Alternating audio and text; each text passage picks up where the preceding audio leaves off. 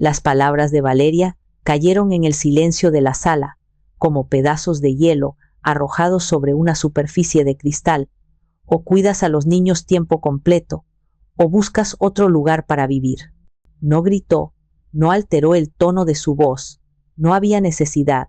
Su calma era una hoja de obsidiana, afilada y precisa, diseñada para cortar lazos, no para iniciar una pelea. Era la voz de un gerente despidiendo a un empleado ineficiente, no la de una nuera hablando con la madre de su esposo. Era una transacción pura y simple. Mi utilidad había sido reevaluada y encontrada deficiente. Mi hijo, Adrián, mi único hijo, permanecía inmóvil en el sofá de diseño que yo había ayudado a pagar. La pantalla de su teléfono proyectaba un resplandor azul y fantasmal sobre su rostro, convirtiéndolo en un extraño. Sus pulgares se deslizaban sobre el cristal con una fluidez hipnótica, ajenos al cataclismo que se desarrollaba a 2 metros de él. ¿Qué podría ser tan absorbente en ese pequeño rectángulo de luz? ¿Un correo del trabajo? ¿Un partido de fútbol? ¿O era simplemente un escudo, una fortaleza digital donde podía refugiarse de la responsabilidad, del deber filial, de la simple decencia humana de mirar a su madre a los ojos mientras su mundo se desmoronaba? Su silencio no era neutral. Era un consentimiento, un voto a favor de la moción de su esposa. No lloré. Las lágrimas se habían secado hacía mucho tiempo, evaporadas por el calor constante de la ingratitud. No supliqué. Mi dignidad era lo único que me quedaba, una pequeña y dura gema en el fondo de mi alma vaciada, y no estaba dispuesta a pulverizarla pidiendo clemencia. Ni siquiera parpadeé. Durante 1095 días, mi subconsciente había estado catalogando cada desaire, cada gracias omitido, cada plato dejado en el fregadero para que yo lo lavara. Mi alma había estado llevando la contabilidad del desprecio, y la columna de debe había superado con creces a la de haber. Este momento no era un shock, era la auditoría final, la presentación de un balance que yo ya conocía de memoria. Fijé mi mirada en Valeria. Intenté encontrar en sus ojos un rastro de la joven que había conocido, la que se sonrojaba cuando Adrián le traía flores. Pero esa joven se había ido, reemplazada por una mujer cuya ambición había consumido su compasión. Sus ojos no reflejaban maldad, sino un vacío pragmático. Yo era una pieza en su tablero de ajedrez, una pieza que había servido como torre, defendiendo su hogar y permitiendo que sus piezas más valiosas, ella y Adrián, se movieran libremente. Pero ahora yo quería moverme por mi cuenta, un peón con aspiraciones, y eso alteraba su estrategia. Por tanto, el peón debía ser sacrificado. Asentí lentamente, una sola vez. Fue un movimiento casi imperceptible, pero cargado con el peso de 3 años de silencio. En ese gesto se condensó mi renuncia. Acepté sus términos. Me di la vuelta, y el aire a mi paso pareció espesar, cargado de todo lo que no se dijo. Caminé por el pasillo, mis pies descalzos sobre el suelo de madera de ingeniería que yo investigué y recomendé. Pasé junto al ridículo letrero de Vive, ríe, ama que Valeria había colgado, una ironía tan cruel que casi me hizo sonreír. Pasé la puerta de seguridad para bebés, una barrera que no solo mantenía a los niños dentro, sino que también me mantenía a mí atrapada. Entré en la habitación de invitados, mi santuario y mi prisión. La habitación olía a nada, a la neutralidad de un hotel. Valeria insistía en usar ambientadores sin aroma para no sobrecargar los sentidos. Era una metáfora perfecta de mi existencia en esa casa. Presente pero sin esencia, funcional pero sin personalidad. El único rastro de mi ser estaba oculto. En la mesita de noche, la foto de Javier, mi eterno ancla. En el cajón inferior, mi rebozo de Puebla, una explosión de color y tradición considerada demasiado folclórica para sus paredes minimalistas. Me senté en el borde de la cama, el colchón hundiéndose bajo mi peso. Durante 3 años, esta habitación había sido mi refugio, el lugar donde podía respirar después de un día de 12 horas, de correr tras 2 niños pequeños, el lugar donde leía hasta que mis ojos se cerraban, el lugar donde hablaba en susurros con la foto de Javier, pidiéndole consejo, contándole mis penas. Ahora las paredes parecían encogerse, asfixiarme. Ya no era un refugio, era el punto de partida de mi exilio. Me arrodillé y el chasquido de mis rodillas me recordó mis 71 años. Un cuerpo que había dado a luz, que había trabajado, que había amado y que ahora estaba cansado, pero no roto. Deslicé la mano bajo la cama y mis dedos encontraron el asa fría de mi vieja maleta de piel, la misma que usé para venir aquí, llena de una esperanza ingenua y un duelo abrumador. La arrastré hacia afuera. El sonido de sus ruedas sobre el suelo de madera fue un trueno en el silencio de la casa. Fue el sonido de un final, sí, pero también el sonido inconfundible de un comienzo. El olor a cuero y a tiempo guardado que emanó de la maleta al abrirla fue una punzada directa al corazón. Me transportó 3 años atrás, a mi casa en Puebla, a los días neblinosos que siguieron a la muerte de Javier. En aquel entonces, yo era una mujer deshecha, un rompecabezas al que le faltaba la pieza central y por tanto ya no tenía forma. Javier no era solo mi esposo, era mi norte, mi ancla, el arquitecto de nuestra vida compartida. Sin él, la casa, nuestro nido construido a lo largo de 47 años, se convirtió en una tumba silenciosa. Recuerdo estar sentada en su sillón favorito, el cuero gastado todavía conservando la forma de su cuerpo, y sentir que el silencio me devoraba. Cada objeto era una reliquia, cada rincón, un altar a su memoria. El aire mismo parecía pesado, denso de recuerdos. No comía, apenas dormía. Me estaba consumiendo en mi propio duelo, convirtiéndome en un fantasma en mi propio hogar. Fue en una de esas noches, una madrugada de insomnio y lágrimas secas, cuando sonó el teléfono. La llamada de Adrián fue como una cuerda lanzada a un pozo. Su voz, quebrada por un llanto que yo creía olvidado desde su infancia, me atravesó. Mamá, sollozó, hablé con la tía y me dijo que no estás bien, no puedes quedarte sola. La casa es demasiado grande, demasiado vacía. Vente con nosotros, mamá, por favor. Valeria y yo te necesitamos. Los niños necesitan a su abuela. Nosotros te cuidaremos. Te necesitamos. Nosotros te cuidaremos. Esas frases fueron un salvavidas. En mi estado de vulnerabilidad absoluta, se convirtieron en mi evangelio. La idea de ser necesitada, de tener un propósito más allá de llorar a mi marido, fue irresistible. La promesa de ser cuidada, después de haber pasado toda una vida cuidando de otros, sonaba como el paraíso. Me aferré a esa promesa con la desesperación de una moribunda. Tomar la decisión de vender la casa de Puebla fue la amputación más dolorosa de mi vida. Contraté a una agente inmobiliaria que hablaba en susurros, como si estuviera en un funeral. Cada visita de un posible comprador era una profanación. Veía extraños caminar por mi cocina, juzgando los azulejos que Javier y yo habíamos elegido. Abrían los armarios de nuestro dormitorio, violando la intimidad de nuestro espacio sagrado. El proceso de vaciarla fue aún peor. ¿Cómo se empaca una vida? Cada objeto desataba una avalancha de recuerdos. El juego de té de mi madre, la colección de discos de vinilo de Javier, las fotos de Adrián aprendiendo a andar en bicicleta, regalé muebles, doné ropa, tiré papeles. Cada decisión era un pequeño desgarro en el tejido de mi ser. Finalmente, me quedé con lo esencial, lo que cabía en 2 maletas y unas cuantas cajas. El día que entregué las llaves, sentí que me entregaba a mí misma. Dejé atrás a la Elara que había sido y me dirigí hacia un futuro incierto en la Ciudad de México, esperando convertirme en la Elara que mi hijo y su familia necesitaban que fuera. La llegada fue un torbellino. Los gemelos Gael y Mateo eran dos bolas de energía pura. Me recibieron con abrazos pegajosos y risas estridentes. Su vitalidad era un antídoto contra la quietud de mi duelo.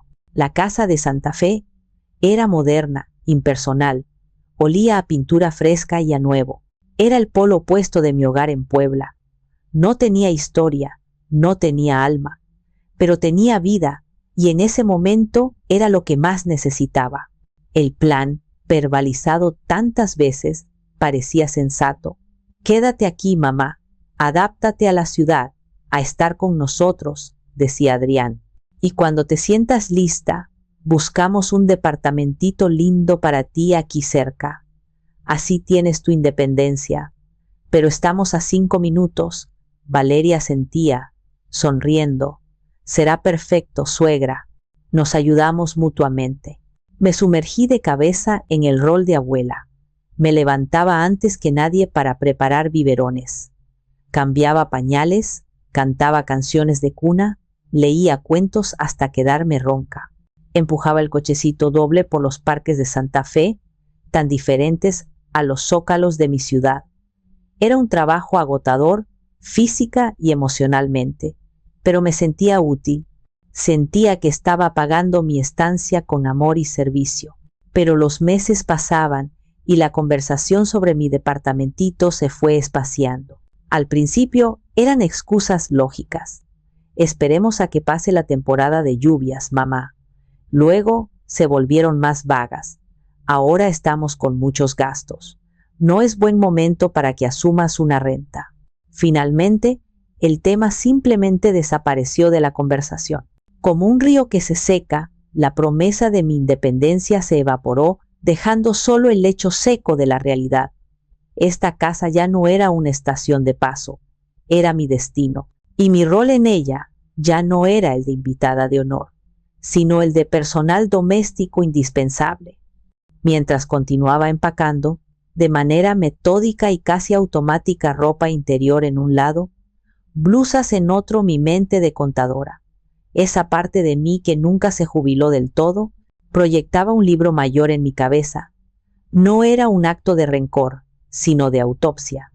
Estaba analizando la causa de la muerte de mi ingenuidad, y la causa principal, la herida más profunda, estaba denominada en pesos y centavos. El recuerdo de la conversación sobre el enganche de la casa era tan vívido que parecía haber ocurrido ayer. Estábamos los tres en la cocina del apartamento que rentaban antes. Valeria había preparado un álbum de recortes digital en su tableta, lleno de fotos de la casa que querían. Cocinas de concepto abierto, jardines minimalistas, baños con acabados de lujo. Hablaba con una pasión febril sobre el espacio que los niños merecen para crecer. Adrián, como siempre, era el encargado de la parte difícil. Se aclaró la garganta. Mamá, hemos hecho los números. Con la venta de tu casa en Puebla, sabemos que tienes un capital importante. Nosotros tenemos ahorros, pero para una casa así en Santa Fe, el enganche es considerable. El banco nos pide un 30%. Hizo una pausa dramática. Si pudieras, no como un regalo, claro, sino como un préstamo para ayudarnos a cerrar el trato. Lo vemos como una inversión en el futuro de la familia.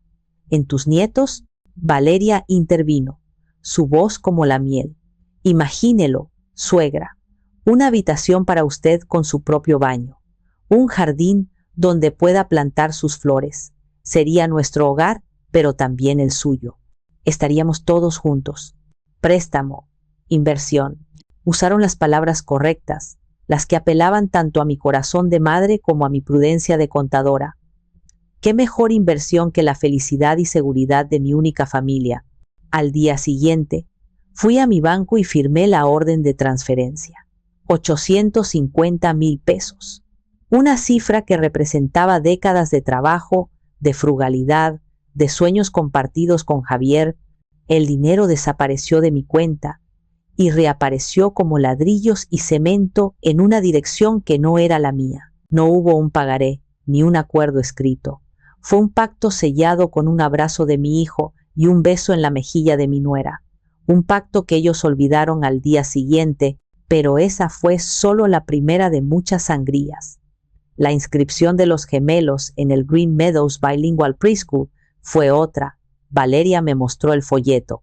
Niños sonrientes de todas las nacionalidades, instalaciones impecables, un programa educativo que prometía convertirlos en ciudadanos del mundo, y una colegiatura mensual que equivalía a mi pensión completa. Es una oportunidad increíble, suegra, dijo Valeria. La red de contactos que harán desde pequeños no tiene precio. Al principio, ellos pagaban, pero pronto comenzaron los retrasos. El bono de Adrián no llegó este mes. Tuve un gasto imprevisto con el coche, y la pregunta siempre venía envuelta en culpa. Mamá, ¿podrías cubrir la colegiatura este mes? No queremos que los niños pierdan su lugar. Yo, imaginando a mis nietos expulsados, corrí al banco. Lo que comenzó como una excepción se convirtió en una regla no escrita. Yo pagaba al menos 4 o 5 mensualidades al año. El supermercado se convirtió en mi viacrucis semanal. Valeria tenía una lista estricta. Todo tenía que ser orgánico, de marcas específicas, leche de almendras sin azúcar, pollo de libre pastoreo, quinoa importada, bayas de goji. Me daba la lista y un beso en la mejilla. Gracias, suegra, eres un ángel. Pero el dinero para pagar rara vez aparecía. Yo pasaba mi tarjeta de débito, la que estaba ligada a mi cuenta de ahorros menguante, y veía cómo cifras de 4,000 o 5,000 pesos desaparecían cada semana para alimentar sus gustos refinados. Cuando tímidamente preguntaba por el reembolso, la respuesta era un vago. Claro, suegra, luego hacemos cuentas. Luego era un tiempo verbal que nunca llegaba. La estocada final fue la tarjeta de crédito, la que Valeria tomó prestada y nunca devolvió, guardando los datos en todas sus aplicaciones. Los cargos eran un mapa de su vida secreta, la que yo no veía. Suscripciones a servicios de streaming que yo no usaba. Ropa de marcas que no conocía. Pedidos a restaurantes de sushi y comida tailandesa que llegaban cuando yo ya les había preparado la cena. Cada estado de cuenta era una bofetada. Cuando la confronté, con los recibos en la mano, se hizo la víctima. ¡Ay, suegra! ¡Qué pena! Debí confundirme de tarjeta en la aplicación. ¿Te lo pago? Claro que sí. Y luego me pagaba una fracción, lo suficiente para apaciguarme. Pero la deuda real seguía creciendo, acumulando intereses que pagaba yo. Allí, de rodillas frente a mi maleta, hice un cálculo rápido. Sumando todo, a lo largo de 3 años, mi contribución a su hogar y a su estilo de vida superaba con creces el 1,5 millones de pesos. Era una cifra que me mareaba.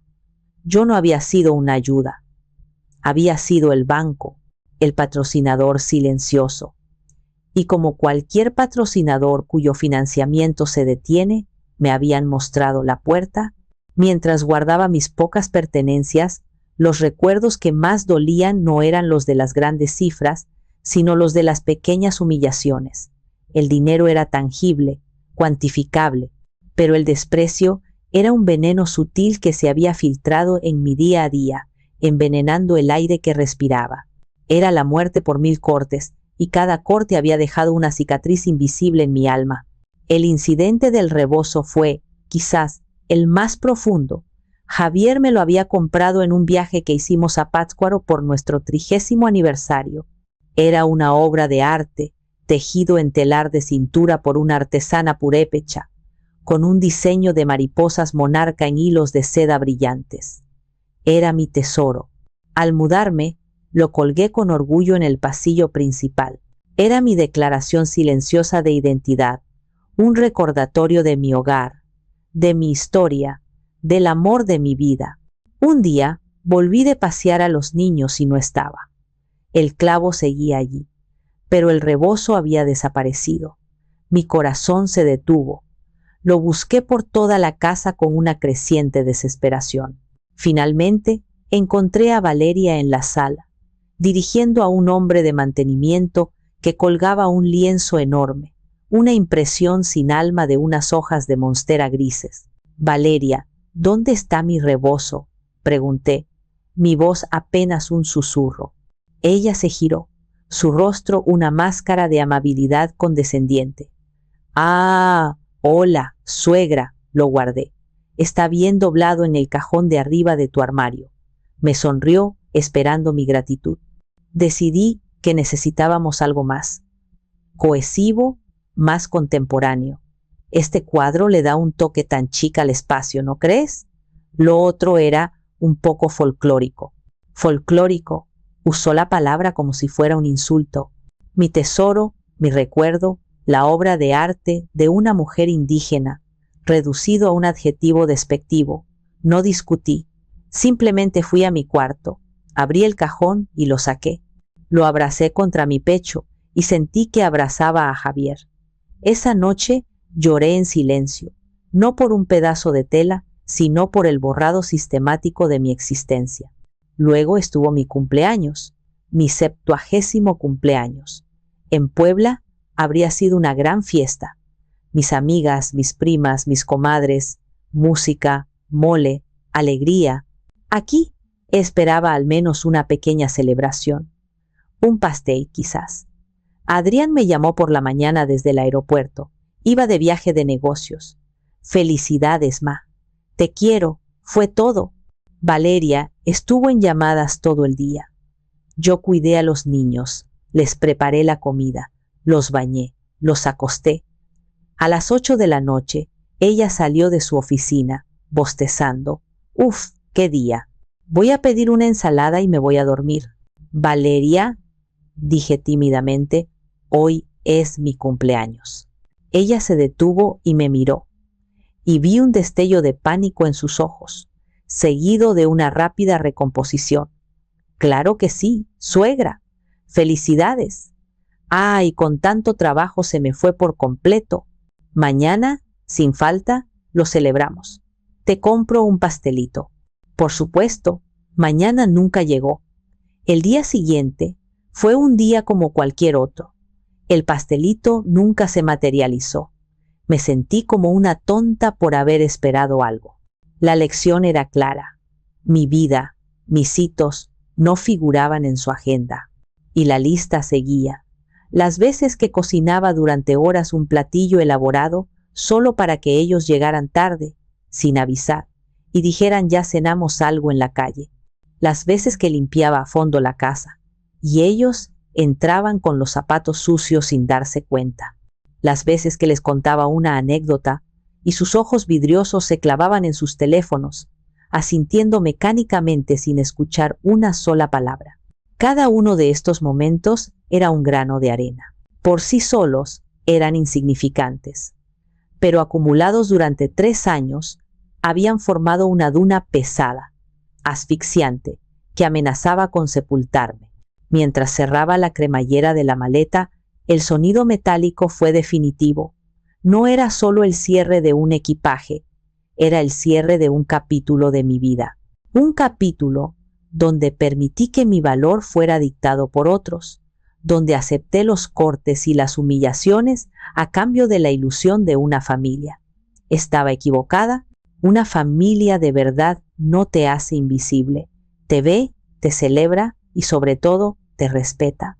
La idea del retiro en Cuernavaca había llegado a mi vida como un rayo de sol en un día nublado. Pilar, mi amiga del alma, con su energía arrolladora y su negativa a aceptar un no por respuesta, me había acorralado después de la misa del domingo. Elara, escúchame bien, dijo, tomándome del brazo con una firmeza que no admitía réplica. He reservado 2 lugares para el retiro de fin de semana en el refugio, y uno de ellos tiene tu nombre. No es una pregunta, es un hecho. Vas a venir conmigo, vas a sentarte junto a una alberca, vas a recibir un masaje y vas a recordar que eres una mujer, no solo una abuela niñera cocinera. Me reí, pero la idea echó raíces en mi corazón cansado. Un fin de semana, 72 horas. Sonaba a una eternidad de libertad. La perspectiva era tan emocionante que me daba miedo. ¿Cómo se lo diría a Adrián y Valeria? Decidí ser proactiva eliminar cualquier posible objeción. La logística sería mi aliada. Contacté a Sofía, la nieta de mi amiga Consuelo, una estudiante de pedagogía de 20 años, dulce, responsable y que adoraba a los niños. Le expliqué la situación y aceptó encantada. Será un placer, doña Elara. Usted descanse, que se lo merece. Yo me encargo de los terremotos. Con mi plan B asegurado, esperé el momento oportuno. Una noche, durante la cena, los niños ya dormían. La casa estaba en calma. Adrián había tenido un buen día en el trabajo. Valeria parecía relajada. Oigan, quería comentarles algo. Empecé con una sonrisa estudiada. Mis amigas de la iglesia organizaron un pequeño retiro en Cuernavaca el próximo fin de semana. Y me gustaría mucho ir. Sería de viernes por la tarde a domingo por la noche. Adrián me miró, sorprendido pero no disgustado. ¿Un retiro? Suena bien, mamá. Te vendría bien un descanso. Pero la cara de Valeria se había transformado. Su sonrisa se desvaneció, reemplazada por una máscara de fría incredulidad. ¿Irte? ¿Todo el fin de semana? Sí, dije, sintiendo cómo se me encogía el estómago. Pero no se preocupen por los niños. Ya arreglé todo. Sofía, la nieta de Consuelo, se va a quedar a cuidarlos. Es una chica maravillosa. Y por supuesto, yo le pagaré. Valeria soltó una risa seca, sin humor. Ah, claro, Sofía, una extraña. ¿Quieres que dejemos a nuestros hijos con una extraña? No es una extraña, Valeria. La conoces. Ha venido a la casa y confío plenamente en ella. Yo no, dijo tajantemente. La regla de esta casa es que a los niños solo los cuida la familia. Punto. No quiero a gente de fuera durmiendo aquí, tocando nuestras cosas. Su tono implicaba que Sofía era una especie de delincuente juvenil, no una estudiante de honor. Miré a Adrián, implorando su intervención. Él se removió incómodo en su silla. Bueno, amor, quizás podamos hacer una excepción. Mamá realmente. ¿Excepción? Lo cortó Valeria, sus ojos ahora fijos en él como los de un halcón. Aquí no hay excepciones, Adrián. Hay un sistema que funciona.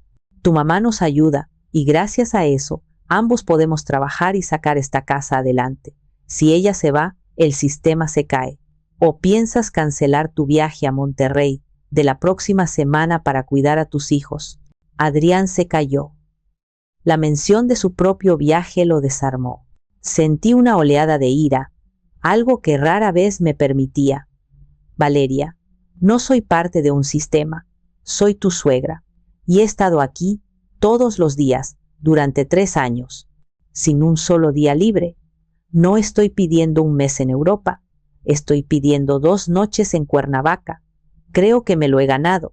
Ganado no es la palabra, replicó ella, su voz goteando veneno. Es un acuerdo. Tú vives aquí sin pagar renta ni gastos. A cambio, nos ayudas. Es un arreglo que nos beneficia a todos. Si empiezas a tomarte fines de semana libres, entonces quizás debamos reconsiderar el arreglo completo. Fue entonces cuando lo entendí. No se trataba de la seguridad de los niños. No se trataba de una extraña en la casa. Se trataba de control, de poder. Mi pequeño acto de independencia era una amenaza a su autoridad, a la comodidad de su vida organizada. La conversación terminó en un punto muerto. Los días siguientes fueron una guerra fría, pero yo ya había tomado mi decisión. No iba a ceder. Mi fin de semana en Cuernavaca se había convertido en mucho más que un simple descanso. Se había convertido en un símbolo. Era mi declaración de que yo también contaba. Y esa mañana, cuando les anuncié calmadamente que mi plan seguía en pie, Valeria respondió con su jaque mate, el ultimátum. O el sistema o la calle. El taxi amarillo avanzaba a trompicones por la avenida de los Insurgentes. Yo miraba por la ventana, pero no veía nada. Los edificios, los coches, la gente, todo era un borrón indistinto. Mi mente estaba en blanco, en un estado de shock diferido. No había habido gritos ni portazos, solo un silencio denso y una maleta rodando sobre un suelo de madera. Había salido de esa casa como un fantasma, dejando atrás a dos personas que, en ese momento, me resultaban tan extrañas como si nunca las hubiera conocido. El hotel de apartamentos en Coyoacán se llamaba El Patio Escondido. El nombre me pareció una promesa. Al llegar, el recepcionista, un joven amable con gafas, me entregó una llave de metal. Era pesada en mi mano, un objeto sólido y real en un mundo que se había vuelto líquido e incierto. Bienvenida, señora Mendoza. Su habitación es la número 7, al fondo del patio. Caminé por un pasillo al aire libre, bordeado de macetas rebosantes de geranios y bugambilias. El aire olía a tierra húmeda y a flores, un aroma que contrastaba brutalmente con el olor artificial y neutro de la casa que acababa de abandonar. La puerta de madera de la habitación 7 era antigua y robusta. Introduje la llave, giré, y el sonido del cerrojo al abrirse fue extrañamente satisfactorio. La habitación era más grande de lo que esperaba. Una pequeña cocineta, una sala de estar con un sofá cómodo y un dormitorio separado. Todo estaba impecable, decorado con artesanías mexicanas y colores cálidos. Dejé la maleta junto a la puerta y me acerqué a la ventana. Daba al patio interior, donde una fuente de cantera susurraba una melodía acuática. Fue entonces, con el suave murmullo de la fuente como única compañía, cuando el dique de mi compostura se rompió. Me senté en el sofá, hundí la cara entre las manos y el llanto me sacudió desde lo más profundo. No era un llanto de autocompasión, sino de una pena inmensa. Lloré por la familia que creí tener y que resultó ser una ilusión. Lloré por mi hijo, por el hombre en el que se había convertido, tan alejado del niño noble que yo había criado. Lloré por mis nietos, dos almas inocentes atrapadas en medio de la toxicidad de sus padres. Y lloré por mí, por los años perdidos, por la confianza traicionada. Esa primera noche fue un purgatorio. La cama era cómoda, las sábanas limpias, pero el sueño no llegaba. La oscuridad y el silencio eran un lienzo en blanco sobre el que mi mente proyectaba mis peores miedos. ¿Qué he hecho? La pregunta rebotaba en mi cráneo. ¿He destruido mi familia por un capricho? ¿Por orgullo? Tomé mi teléfono, un gesto automático en busca de distracción. La pantalla se iluminó con la foto de fondo Gael y Mateo, riendo a carcajadas, abrazándome el cuello, sus caritas puras, sus ojos llenos de amor incondicional. Una oleada de culpa me golpeó con la fuerza de una ola. Ellos no tenían la culpa. ¿Cómo había podido dejarlos? ¿Qué clase de abuela abandona a sus nietos? La voz de Valeria resonó en mi cabeza. Estás actuando como una niña. ¿Y si tenía razón? ¿Y si yo era la egoísta, la ingrata? Me imaginé volviendo, pidiendo perdón, aceptando sus términos. La imagen me produjo una náusea instantánea. Volver a la invisibilidad, al desprecio silencioso. No, no podía.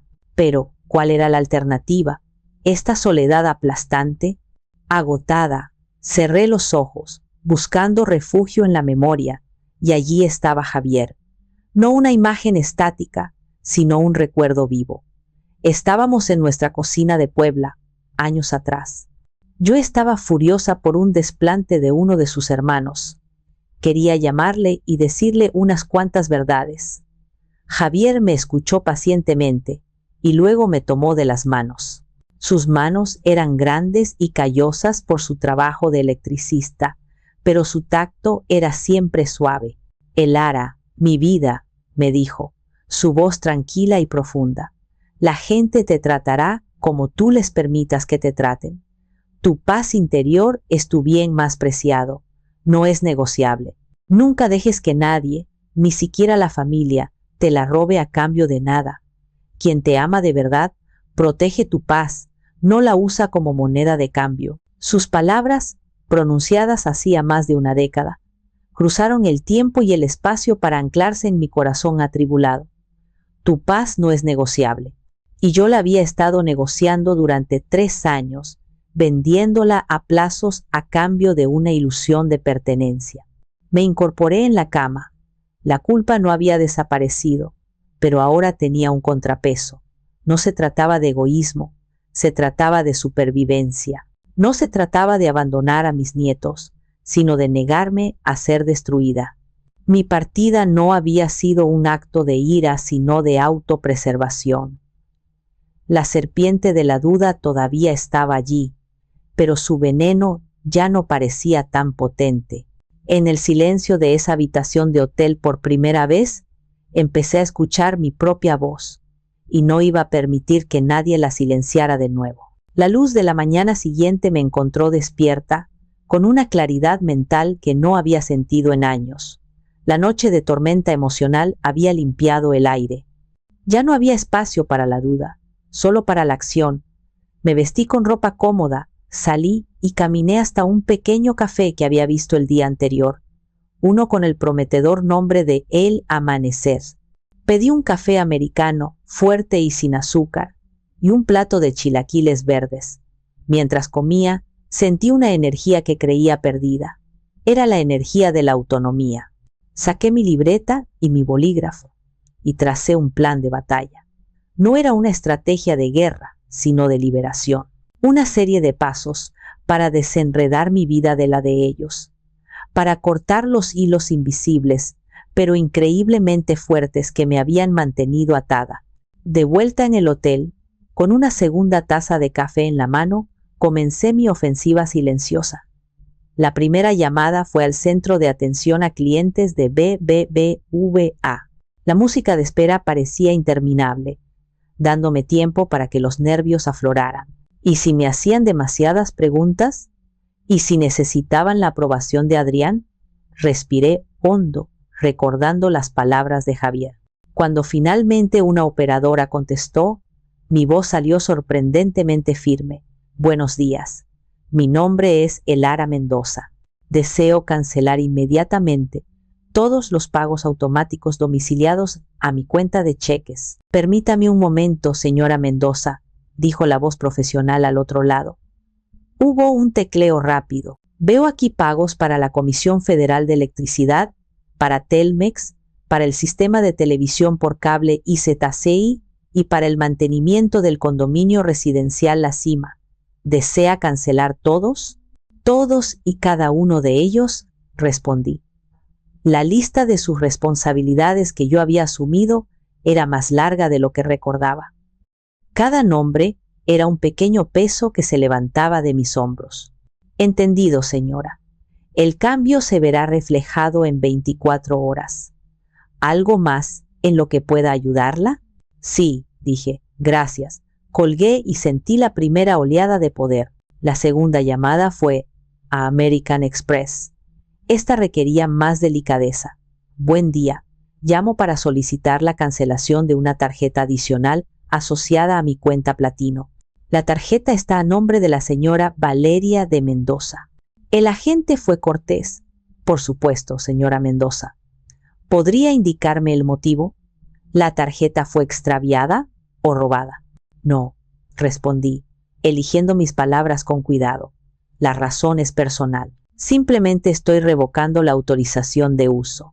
Le pido que el bloqueo sea efectivo de inmediato. Hubo una pausa mientras el agente procesaba la solicitud. Me imaginé a Valeria en una tienda, intentando pasar la tarjeta y viendo la humillación en el rostro del cajero. Aparté el pensamiento. Esto no era por venganza, me repetí. Era por protección. Listo, señora. La tarjeta adicional ha sido desactivada permanentemente. La señora de Mendoza recibirá una notificación por correo. Perfecto. Otro hilo cortado. El cordón umbilical financiero que la alimentaba acababa de ser seccionado. Luego me dediqué a las aplicaciones en mi teléfono. Entré en la cuenta de Amazon Prime, navegué hasta la configuración de pago y eliminé mi tarjeta, dejando su cuenta sin método de pago principal. Hice lo mismo con la aplicación del supermercado Gourmet, cancelando la membresía anual que se renovaría automáticamente el mes siguiente. Mi último objetivo era la guardería Little Geniuses, el lugar al que Valeria llevaba a los niños cuando tenía una reunión de último minuto o simplemente necesitaba un respiro, siempre a mi costa. La directora me conocía bien. Doña Elara, qué gusto escucharla. ¿En qué podemos servirle? Hola, Mónica. Te llamo por un asunto administrativo, dije con amabilidad pero firmeza, solo para notificarles que, a partir de esta fecha, ya no cubriré ningún costo por el cuidado de mis nietos, Gael y Mateo. Por favor, asegúrense de comunicarse directamente con sus padres, Adrián y Valeria Mendoza, para cualquier arreglo de pago futuro. Hubo un silencio sorprendido. Oh, claro, doña Elara, no hay problema. Gracias por avisarnos. Colgué el teléfono y me recosté en el sofá. En menos de una hora, había desmantelado la infraestructura de apoyo invisible que sostenía su cómodo estilo de vida. No había gritado, no había acusado, simplemente había retirado lo que era mío, mi dinero, mi seguridad, mi consentimiento. Me sentí como una nación declarando su independencia. El camino por delante sería incierto, pero por primera vez en mucho tiempo sería mío. Una vez desmantelada la jaula financiera, me di cuenta de que también necesitaba reconstruir las paredes de mi propio mundo social y emocional. El primer paso fue llamar a Pilar. Cuando colgué el teléfono después de contarle mi mañana de gestiones administrativas, su carcajada resonó en mi oído. «Esa es la Elara que yo conozco», exclamó. «La contadora implacable que no deja ni un centavo fuera de lugar. Bravo, mujer. Ahora, el siguiente paso es venir mañana a mi casa. Es el club de lectura. Y no acepto un no. Te necesito para que me ayudes a criticar el final tan ridículo del libro». Su invitación era más que un simple evento social. Era un salvavidas. La idea de una tarde de normalidad, de conversación adulta, de risas y café, era exactamente el tónico que mi alma necesitaba. Al día siguiente, me puse un vestido que no había usado en años y tomé un taxi a su casa en la Colonia del Carmen. La casa de Pilar era como ella, vibrante, llena de vida y sin pretensiones. Olía a café recién hecho y a las flores de su jardín. En la sala ya estaban reunidas las otras 6 mujeres del club, viudas, divorciadas, solteras, todas navegando la tercera edad con una mezcla de sabiduría y picardía. Me recibieron con abrazos cálidos y preguntas genuinas sobre mi bienestar. Notaron mi cambio de residencia, pero nadie fue indiscreto. Simplemente me hicieron un lugar en el sofá, me sirvieron una rebanada generosa de pastel de elote y me incluyeron en la conversación como si nunca me hubiera ausentado. Hablamos del libro, una novela histórica que a todas nos pareció demasiado larga. Pero pronto la conversación derivó hacia otros temas. Hablamos de la inflación, de la nueva serie de televisión que todas estaban viendo, de los achaques de la edad, de los recuerdos de nuestros maridos. Por 3 horas me sumergí en un mundo donde mis opiniones importaban, donde mis chistes hacían reír, donde mi identidad no estaba definida por mi relación con otros. Era simplemente Elara. Al despedirme, Pilar me acompañó a la puerta. «Te brillan los ojos», me dijo en voz baja. «Hacía mucho que no te veía así». «Hacía mucho que no me sentía así», confesé. Ese pequeño evento fue un punto de inflexión. Me dio el impulso para buscar más. A la semana siguiente, vi un anuncio en el periódico local sobre un grupo de senderismo para adultos mayores en los viveros de Coyoacán. Me apunté. El primer día, apenas podía seguir el ritmo, mis pulmones desacostumbrados al esfuerzo, pero la camaradería, el aire fresco, el simple acto de mover mi cuerpo por placer y no por obligación, fue revitalizante. Luego, me atreví a cumplir un sueño largamente pospuesto. Me inscribí en una clase de acuarela en el centro comunitario. El primer día, Mis manos temblaban y mis trazos eran torpes.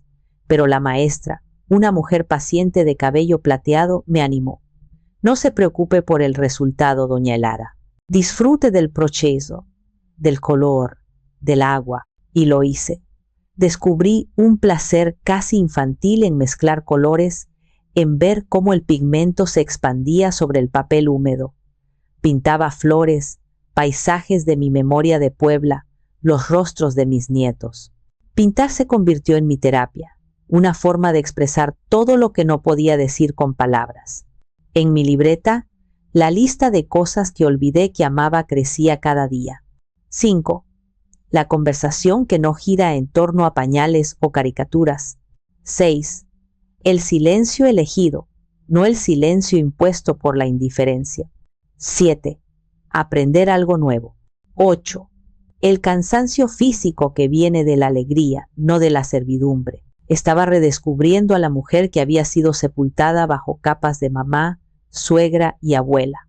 Estaba reencontrándome conmigo misma, y me di cuenta de que a pesar de todo, me caía bastante bien. La primera semana de mi nueva vida transcurrió en una burbuja de paz y autodescubrimiento. Puse mi teléfono en modo no molestar, permitiendo que las llamadas se fueran directamente al buzón de voz. No quería que su pánico interrumpiera mi frágil serenidad. Sin embargo, cada noche, antes de dormir, sentía una curiosidad morbosa y escuchaba los mensajes. Eran como los capítulos de una radionovela sobre el caos. El primer mensaje, el de Valeria, fingiendo casualidad, me provocó una sonrisa amarga. El lapsus de llamarme Nana fue revelador. Mostraba, sin lugar a dudas, la categoría en la que me habían encasillado. No era un miembro de la familia, era personal de servicio. El segundo mensaje, el de la cuenta de la luz, ya mostraba una fisura en su fachada. La irritación en la voz de Valeria era palpable. Estaba acostumbrada a que el mundo funcionara a su alrededor sin esfuerzo, sin entender los mecanismos invisibles que lo hacían posible. Yo era uno de esos mecanismos, y mi ausencia había provocado el primer fallo del sistema. El mensaje de Adrián fue el que más me dolió. Su tono suplicante, su intento de apelar a mi culpa. Mamá, por favor, esto no es justo. ¿Injusto? ¿Era justo que yo dedicara los últimos años de mi vida a ser su criada sin sueldo? ¿Era justo que financiara su vida mientras mis propios ahorros se evaporaban? Su ceguera ante la injusticia que él mismo había perpetuado era asombrosa, y su petición de volver a casa para hablar era transparente. No quería hablar. Quería que yo volviera a enchufar los cables que había desconectado. Pero el mensaje que marcó el verdadero cambio de tono llegó el viernes. Era de Valeria, y su voz ya no era ni casual ni irritada. Era un chillido de pura furia y pánico. Elara, no sé a qué demonios estás jugando, pero esto se acabó. Acaban de llamar del Green Meadows porque la colegiatura fue rebotada. REBOTADA. ¿Tienes idea de la humillación? La directora me habló como si fuera una delincuente. Todo nuestro círculo social se va a enterar. ¿Esto es lo que querías? ¿Vengarte? Pues felicidades, lo estás consiguiendo. Creí que amabas a tus nietos, pero está claro que solo te importas a ti misma. Eres una egoísta y una. El mensaje se cortó, probablemente porque se le acabó el tiempo. Escuché esa diatriba 2 veces. La primera vez sentí un escalofrío. La segunda sentí una extraña calma. Su pánico era la prueba irrefutable de que había hecho lo correcto. Su mundo, construido sobre mis cimientos, se estaba resquebrajando, y en lugar de examinar sus propias fallas, su primer instinto era culpar al cimiento que se había negado a seguir soportando el peso. Después de ese mensaje, decidí que ya no necesitaba escuchar más. El patrón era claro. Su preocupación no era por mi bienestar. No había un ¿estás bien, mamá? Solo había una creciente alarma por la disrupción de su comodidad. Silencié por completo las notificaciones. Los mensajes podían acumularse, las llamadas podían perderse. Yo estaba ocupada en mi propia vida, una vida donde la única voz que realmente necesitaba escuchar era la mía. El lunes siguiente por la mañana, mi clase de acuarela fue cancelada por un imprevisto de la maestra. Decidí aprovechar el tiempo para poner en orden algunos papeles. Con una taza de té de manzanilla a mi lado y música clásica suave de fondo, me senté en la pequeña mesa del comedor a revisar extractos bancarios y pólizas de seguro. Era una tarea que siempre me había gustado, encontrar orden en el caos de los números. Fue en medio de esa tranquilidad doméstica que sonó mi teléfono, un número desconocido de la Ciudad de México. Mi primer instinto fue ignorarlo, asumiendo que era Adriano Valeria intentando desde otro número, pero algo me detuvo. Una extraña premonición. Contesté. Taiga, buenos días. Mi llamada es para la señora Elara Mendoza, dijo una voz femenina, joven y extremadamente profesional. Soy yo, respondí, mi guardia en alto. Señora Mendoza, mi nombre es Marisol Ríos y soy ejecutiva de la División de Prevención de Fraudes de BBVA. La llamo para dar seguimiento a una alerta de seguridad en su perfil. ¿Dispone de un par de minutos? Es importante. La palabra fraude me heló la sangre. ¿Fraude? ¿Ha habido algún cargo extraño en mi tarjeta? No, señora, no es un cargo reciente. De hecho, nuestro sistema funcionó correctamente y previno la transacción. Mi llamada es para informarle de ello y asegurarnos de que usted esté al tanto de la situación para su protección futura. La calma de su voz era a la vez tranquilizadora e inquietante. No entiendo. ¿Qué situación? Hubo el sonido de un teclado. Estoy viendo su expediente, señora Mendoza. Nuestro sistema registró y bloqueó un intento de solicitud de un crédito hipotecario en línea hace 6 meses, específicamente el día 14 de marzo. Me quedé a un blanco. ¿Un crédito hipotecario? ¿Sobre qué propiedad? Sobre un inmueble a su nombre ubicado en la calle 5 Oriente, en el centro de Puebla. Era la casa de mis padres. Mi única herencia, el último pedazo tangible de mis raíces poblanas. Sentí que el aire me faltaba, pero yo no he solicitado nada. No he querido vender ni hipotecar esa casa nunca. Lo sabemos, señora. Y por eso la solicitud fue bloqueada de inmediato, explicó Marisol pacientemente. Hubo varias inconsistencias que activaron nuestras alarmas. La solicitud se originó desde una conexión a Internet aquí en Santa Fe, Ciudad de México. Además, el monto solicitado era muy elevado, pero la principal bandera roja fue el documento que se adjuntó para acreditar su identidad y consentimiento. ¿Qué documento?, pregunté, mi voz apenas un susurro. Un poder notarial supuestamente firmado por usted. Nuestro equipo de verificación lo examinó y determinó que la firma no coincidía con la que tenemos en sus registros bancarios. Además, el sello del notario parecía ser una falsificación de baja calidad. En resumen, era un intento de fraude bastante claro. Tuve que sentarme. Las piernas me flaquearon. 6 meses atrás, marzo, recuerdo que en marzo Valeria estaba obsesionada con remodelar la cocina. Quería cubiertas de granito y electrodomésticos de acero inoxidable. Hablaba constantemente de dinero, de lo apretados que estaban. Marisol continuó, ajena al terremoto que sus palabras estaban causando en mi interior. Como parte de nuestro protocolo, señora, cuando detectamos un intento de esta naturaleza, intentamos contactar al cliente por los canales oficiales. Sin embargo, en la solicitud se había registrado un número de teléfono de contacto diferente al suyo. Llamamos a ese número. ¿Y quién contestó?, pregunté, aunque ya sabía la respuesta. Una mujer que se identificó como su nuera, la señora Valeria de Mendoza. Nos aseguró que ella estaba realizando el trámite en su nombre y con su pleno consentimiento. Dijo que usted era una persona mayor y que ella se encargaba de sus finanzas. Cuando nuestro agente le informó que el poder era inválido y que necesitábamos que usted se presentara en persona para cualquier trámite, Ella se puso muy nerviosa e insistió en que era un malentendido. Luego cortó la llamada. Colgué el teléfono poco después, tras agradecer a Marisol por su profesionalismo. Me quedé sentada en la silla, mirando la pared, pero sin verla. El té de manzanilla se había enfriado.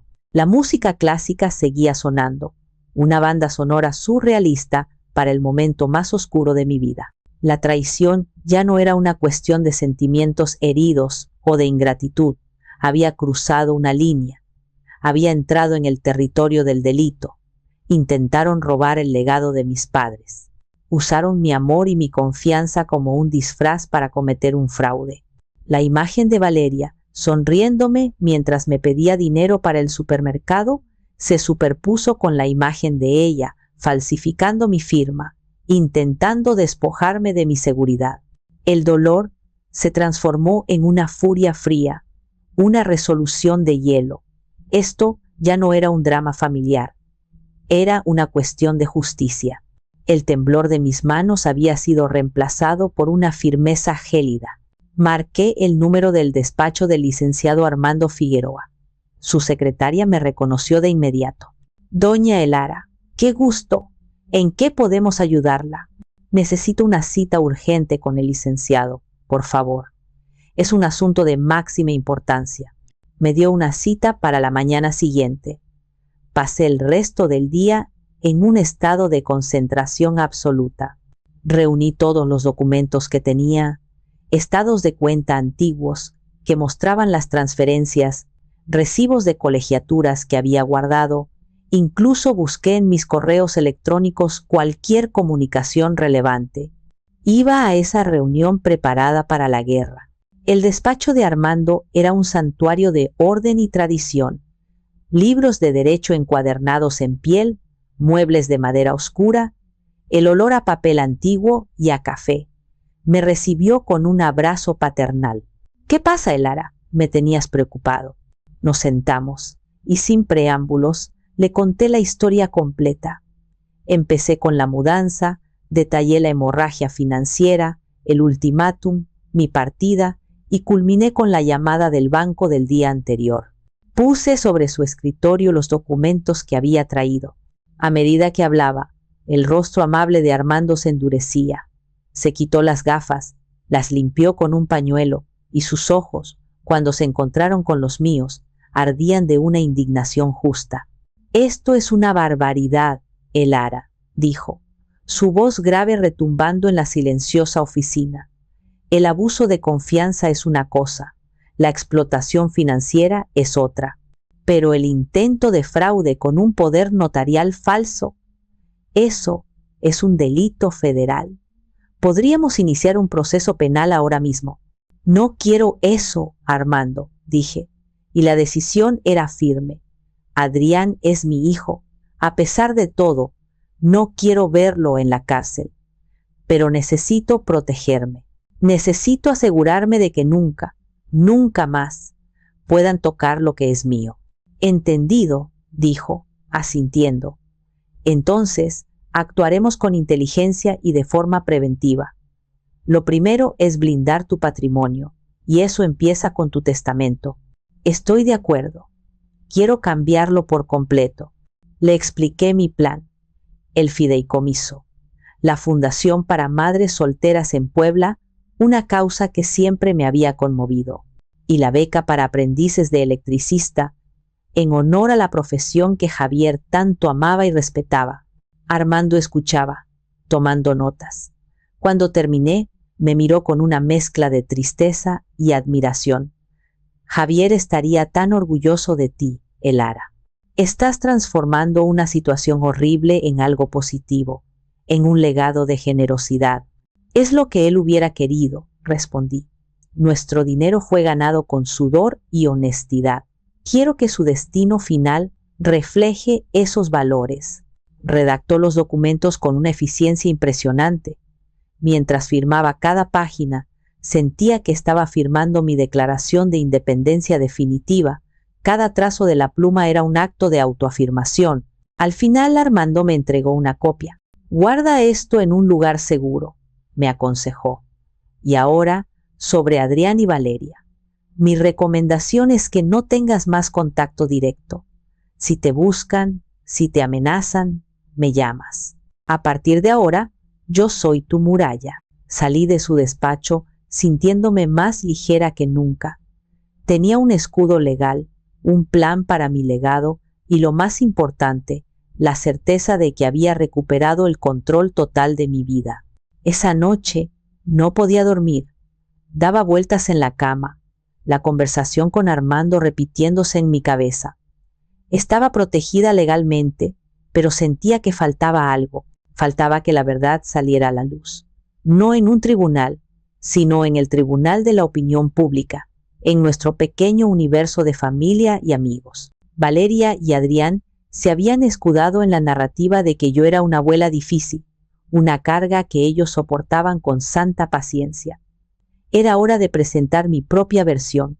Me levanté, encendí la pequeña lámpara de mi escritorio y abrí mi laptop. Entrar a Facebook fue como entrar en un territorio enemigo. El muro estaba lleno de fotos de gente feliz, de familias perfectas, incluida la mía. Una foto que Valeria había publicado hacía un mes.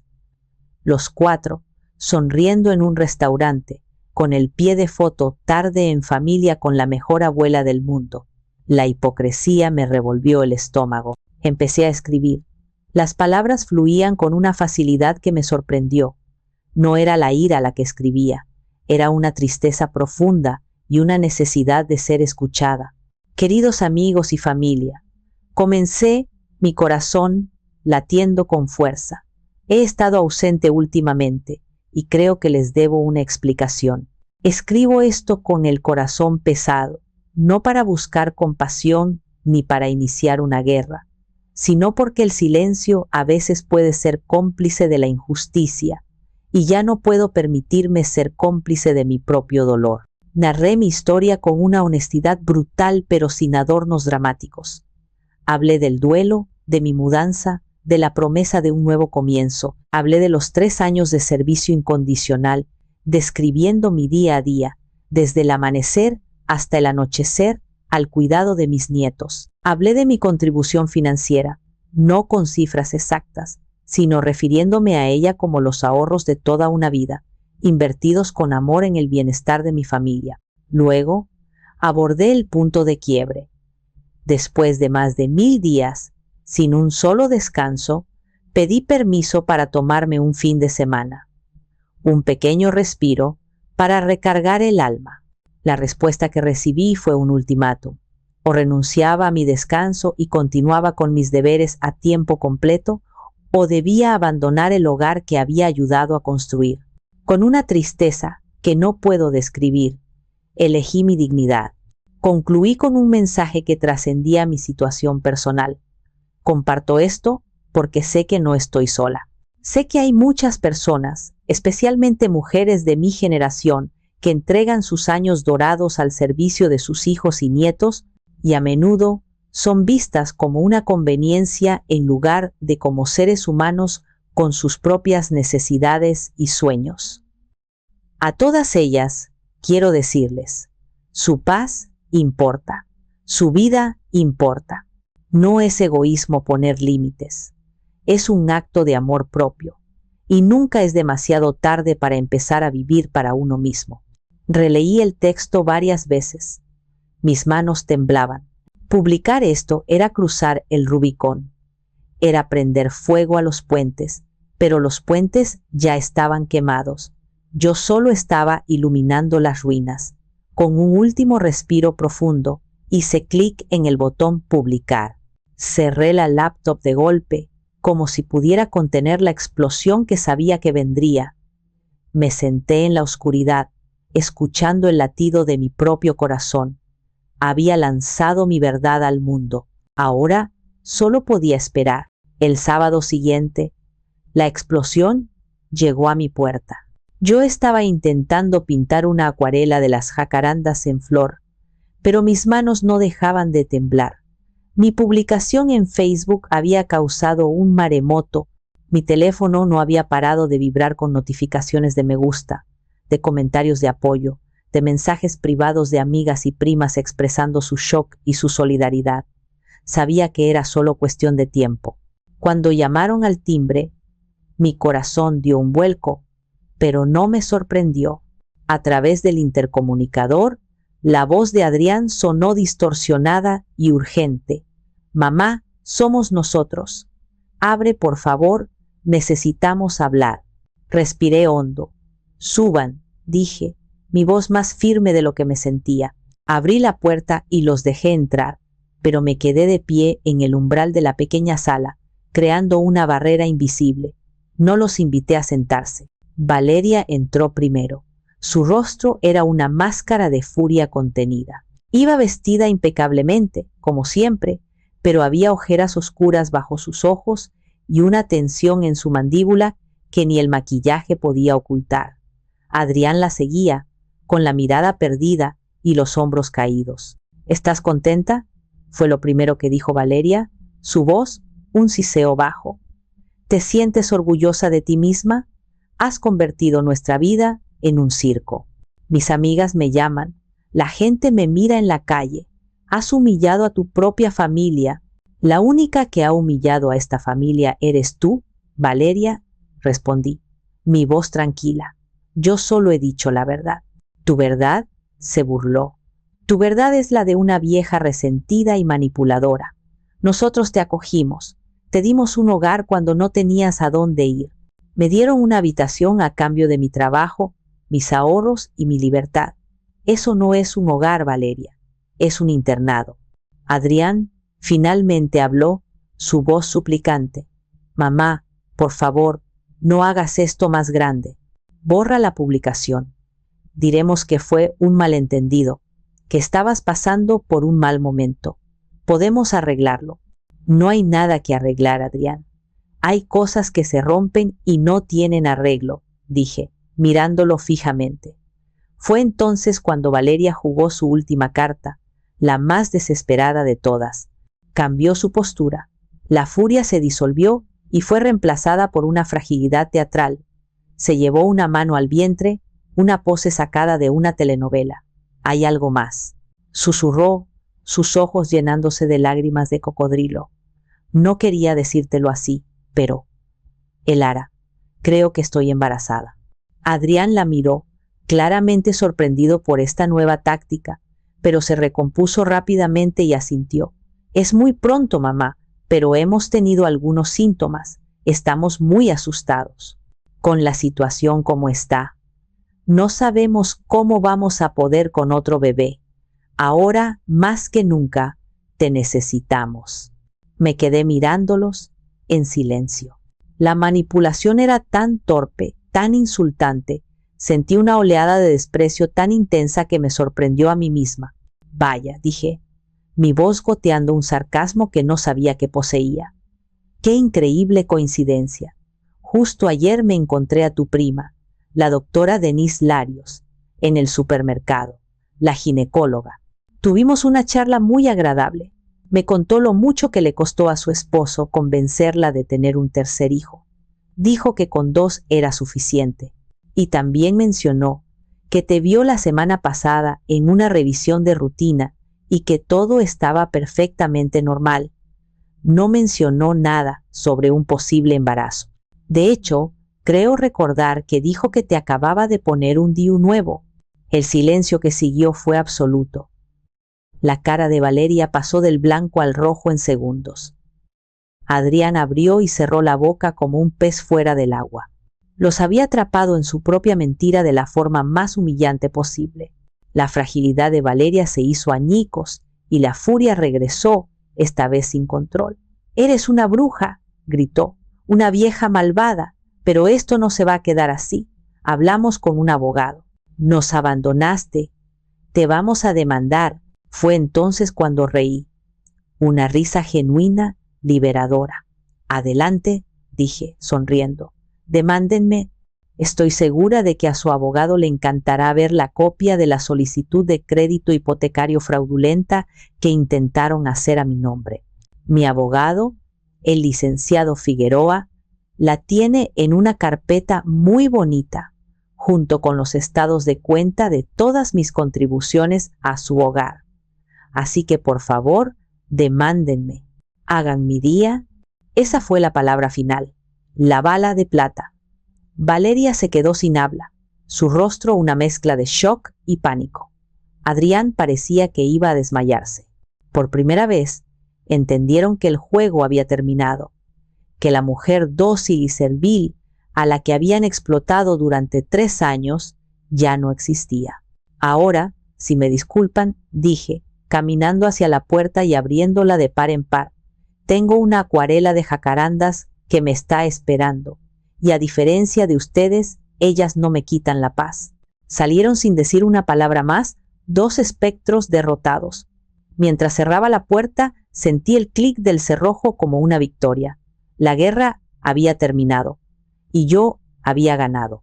En las semanas que siguieron, las réplicas del terremoto que había causado llegaron a mí a través de llamadas y mensajes de mis amigas y familiares. Yo no busqué la información, pero la verdad, como el agua, siempre encuentra una forma de fluir. Pilar fue mi principal fuente de noticias, mi corresponsal en el campo de batalla que yo había abandonado. No vas a creer la última, Elara, me dijo una tarde por teléfono, su voz una mezcla de satisfacción y chisme. Resulta que la mejor amiga de la jefa de Valeria está en nuestro grupo de la iglesia. El mundo es un pañuelo. Le contó a su amiga lo de tu publicación, la historia completa. Y parece que Valeria llevaba meses quejándose en la oficina de su suegra problemática, pintándote como una villana para justificar su mal humor y su bajo rendimiento. Continuó saboreando cada palabra.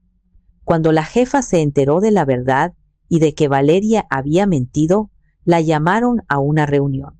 No sé los detalles, pero el resultado es que Valeria ya no trabaja ahí.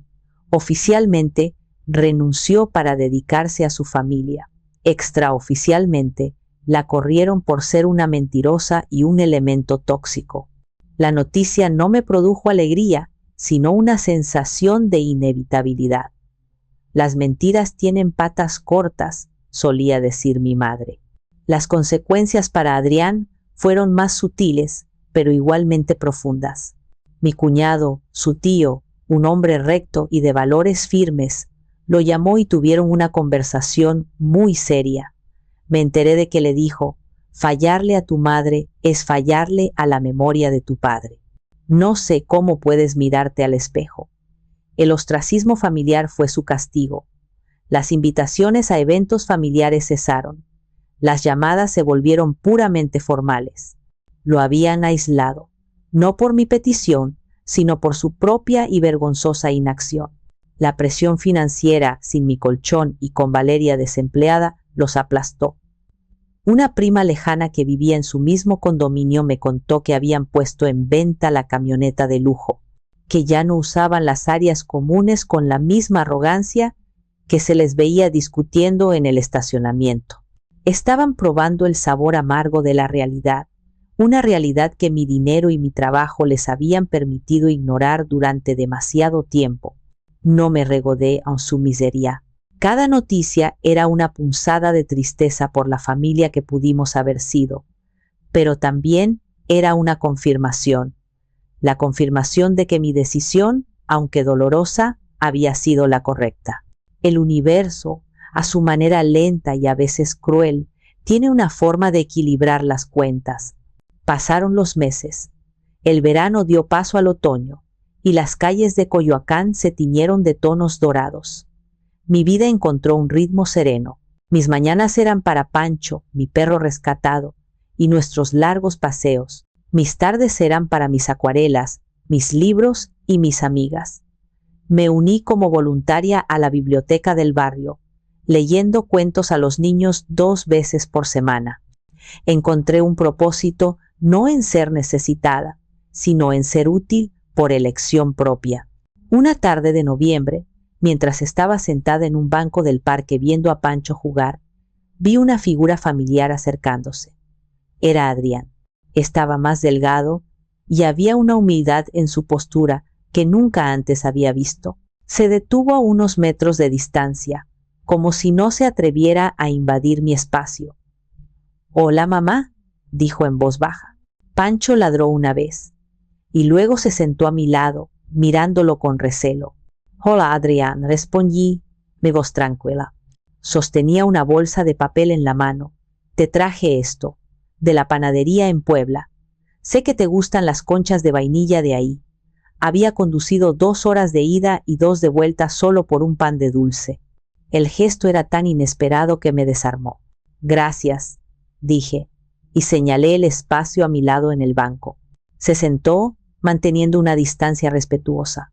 Por un largo rato no dijimos nada. Solo observamos a los niños jugar, el sol de la tarde filtrándose a través de los árboles. Finalmente habló, su mirada fija en el horizonte. «He estado yendo a terapia, mamá. Me giré para mirarlo. Me ha ayudado a entender muchas cosas sobre mí, sobre mi miedo al conflicto, sobre cómo permití que las cosas llegaran tan lejos». Se volvió hacia mí, y por primera vez en años, vi en sus ojos una vulnerabilidad honesta, sin rastro de manipulación. «Fui un cobarde, mamá. Un cobarde y un egoísta. En lugar de ser un puente entre mi esposa y mi madre, me convertí en un muro. Elegí mi comodidad por encima de tu dignidad. Y dejé que te hicieran daño. Dejé que te usaran. Y no hay día que no me arrepienta de ello. No te pido que me perdones ahora. Solo quería que lo supieras». Las lágrimas rodaron por mis mejillas, no de tristeza, sino de una extraña clase de alivio.